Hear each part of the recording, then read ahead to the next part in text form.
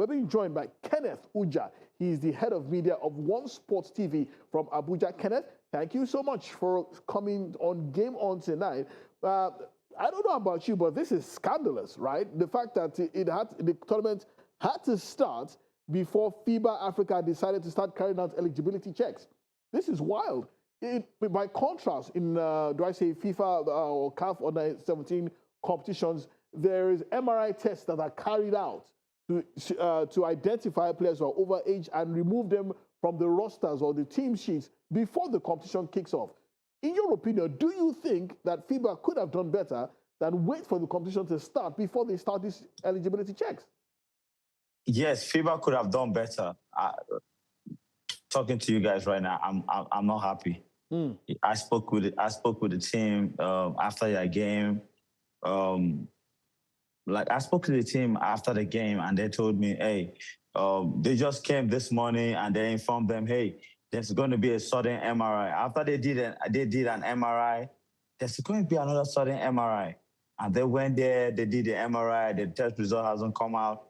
And just for them to say, hey, you guys that came for the sudden MRI are not cleared.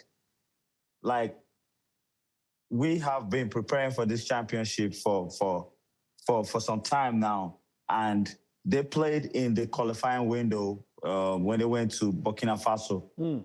FIBA had all the time to do everything. They cleared them when they went to Burkina Faso, they played.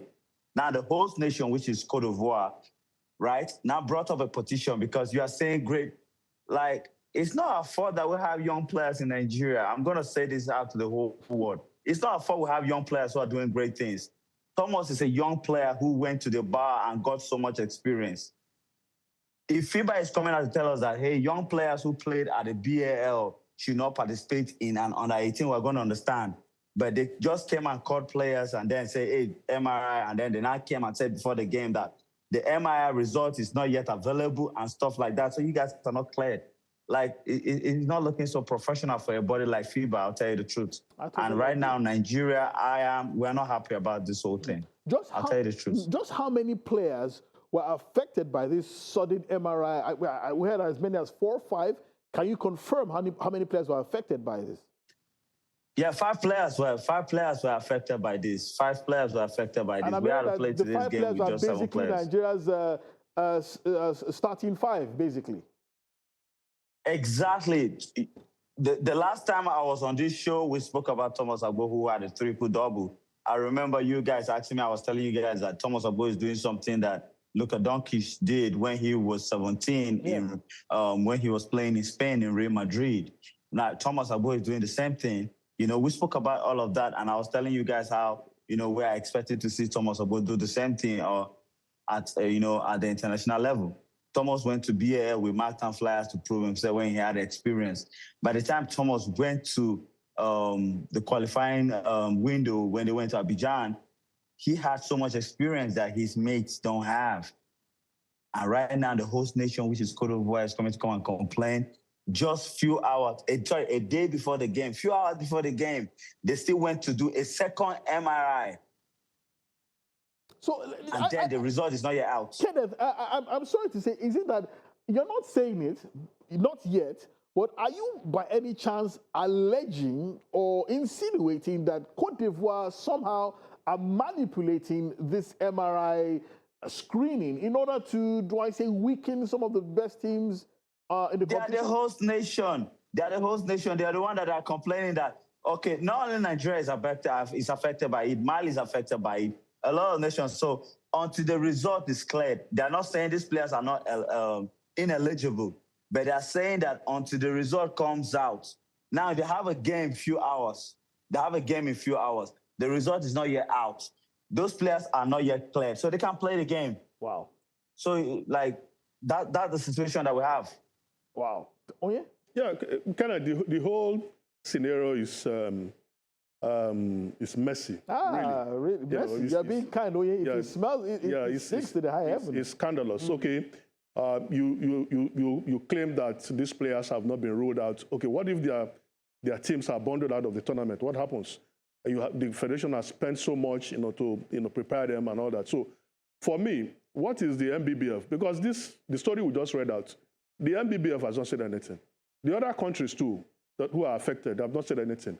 Are they going to allow the host team to now dictate what happens? Is that not a very dangerous precedent going forward? I don't believe that Colonel, what's his name again, Sam Amadou? Colonel Sam Amadou, the president of FIBA Zone 5. Yeah, exactly. He should be, front and center of any process that MBBF is putting together.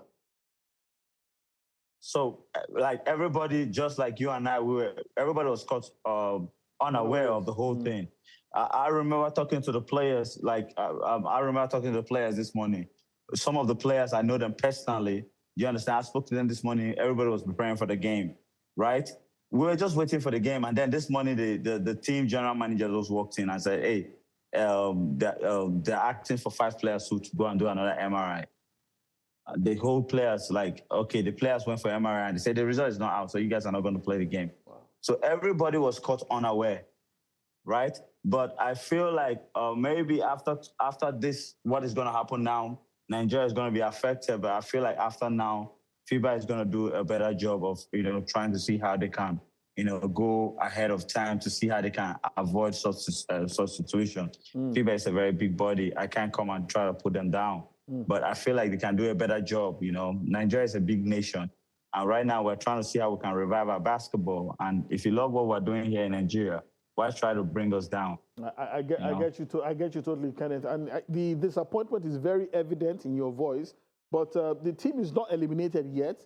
They still have a few games to play as well. Are you confident that somehow they can, the men's, the under-18 men's boys team, are you confident that they can still turn it around with the remaining players left on the roster, the remaining 7? So right now, the head coach, Coach Michael Ikema, who was also part of Michael Ikema won the league as a young coach with Marktown Flyers. He went to the BAL, had a lot of experience. So I just know that, every single thing, I was caught unguarded. I know how much he's going to be caught unguarded right now.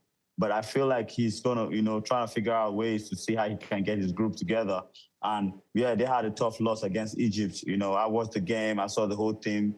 They were disconnected because having players who, you have players who are supposed to be on the bench come up. It's tough. You have just 5 on the court, 2 on the bench. So rotation is very difficult.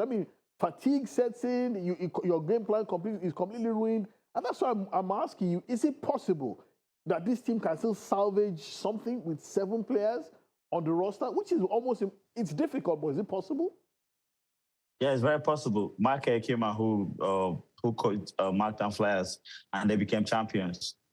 His first time, trying to Marktown Flyers coming into the league, the first time they win the league. Yeah, last season. Right now he has a lot of, he's a basketball, I'll tell you the truth, Mark Ekema is a basketball genius, so I know he's going to figure out ways. And maybe the next time I'm going to be on this show, we'll be talking about Nigeria in the finals. Amen to that. Amen to that. Kenneth, thank you so much for joining us tonight.